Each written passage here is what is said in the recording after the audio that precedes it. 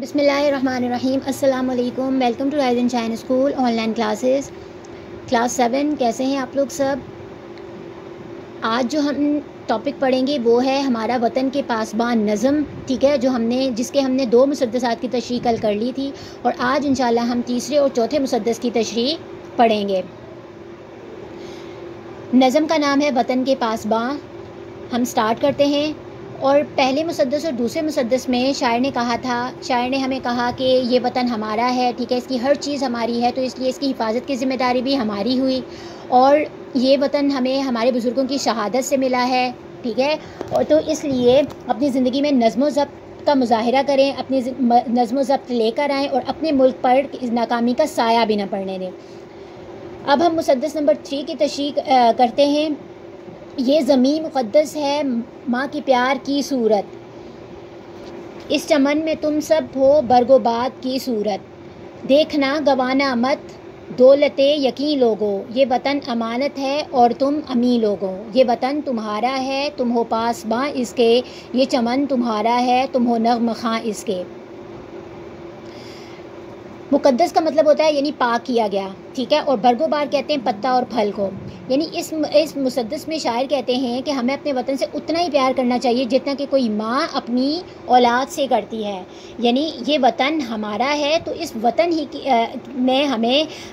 حفاظت کے ساتھ اپنے دامن میں سمیٹا ہوا ہے، تو اس لیے آپ سب اس وطن میں پھلوں اور پتوں کی صورت ہو تو اس دولت کی حفاظت کرنا اور اس کو گنوانے کی کوشش بھی مت کرنا، کیونکہ یہ وطن ہمارے پاس ایک امانت ہے ان لوگوں کی جنہوں نے اس ملک کو بنانے میں قربانیاں دی ہیں، یعنی ہمارے بڑوں کی امانت ہے یہ ہمارے پاس، تو اس لیے ہم اس کے کیا ہوئے؟ امین ہوئے، ٹھیک ہے، امین ہوئے ہم اس کے امانت دار۔ امانت رکھنے والے کو امین کہا جاتا ہے، ٹھیک ہے، تو ہم اس کے امین ہیں، ہمیں اس کی حفاظت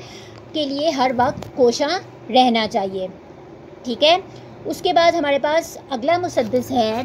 کہ میر کارواں ہم تھے روح کارواں تم ہو، ہم تو صرف عنواں تھے اصل داستاں تم ہو، نفرتوں کے دروازے خود پہ بند ہی رکھنا، اس وطن کے پرچم کو سربلند ہی رکھنا، یہ وطن تمہارا ہے تم ہو پاسباں اس کے، یہ چمن تمہارا ہے تم ہو نغمہ خواں اس کے۔ اچھا جی، اس میں شاعر کہتے ہیں پاسباں یعنی خیال رکھنے والے، ٹھیک ہے، سربلند کہتے ہیں اونچا، داستان کہانی کو کہا جاتا ہے، اور عنوان کہا جاتا ہے مضمون کو، ٹھیک ہے، ٹائٹل کو، کارواں قافلے کو کہا جاتا ہے، چمن باغ کو کہا جاتا ہے، اور نغمہ خواں کہتے ہیں نظم پڑھنے والا۔ اب شاعر اس شعر میں کہتے ہیں کہ اس مسدس میں شاعر نوجوانوں کو مخاطب کرتے ہوئے کہتے ہیں کہ قافلہ شروع کرنا اور اسے ترقی کے راستے پر گامزن کرنا ہمارا کام تھا، یعنی یہ ہمارا کام تھا کہ ہم اس قافلے کو سٹارٹ کرتے، ٹھیک ہے۔ اب روح کارواں تم ہو، لیکن اب ہم نے تمہیں ایک راستہ بتا دیا، لیکن اب اس قافلے کو جاری و ساری رکھنا تمہارا کام ہے، ٹھیک ہے، اور کامیابی کے ساتھ جینے کا ایک سبق سکھا دیا انہوں نے ہمیں، لیکن کامیابی کے ساتھ جینا اور اپنے وطن کی ترقی کے راستے پر گامزن رکھنا اب آپ لوگوں کا کام ہے۔ اور پھر اس کے بعد شاید مزید کہتے ہیں اس میں کہ آپس میں اتحاد رکھیں، اپنے وطن کے پرچم کو ہمیشہ اونچا رکھیں، اور ایک چیز یہ کہ جب 14 اگست آتی ہے تو آپ لوگ جھنڈے جو ہیں وہ لیتے ہیں، اور پھر پتہ ہی نہیں ہوتا کہ وہ راستے میں ہمارے پاؤں کے نیچے آ رہے ہوتے ہیں وہ جھنڈے، تو یاد رکھیں ایک چیز کہ پرچم ہمیشہ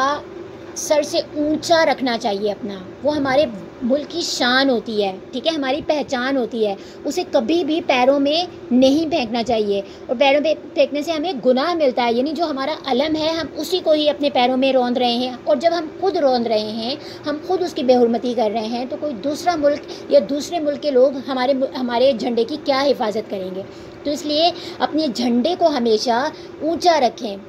کیونکہ ہم اس وطن کے رکھوالے اور نگہبان ہیں، ٹھیک ہے۔ اچھا جی، کوئی بات سمجھ میں نہ آئی ہو تو آپ لوگ پوچھ لیجئے گا، اور آپ لوگوں کا ہوم ورک یہ ہے کہ آپ نے ان مسدس کی تشریح جو ہے وہ آپ نے اپنی کاپی میں کرنی ہے اور اسے یاد بھی کرنا ہے، ٹھیک ہے۔ اپنا خیال رکھیے گا، اللہ حافظ۔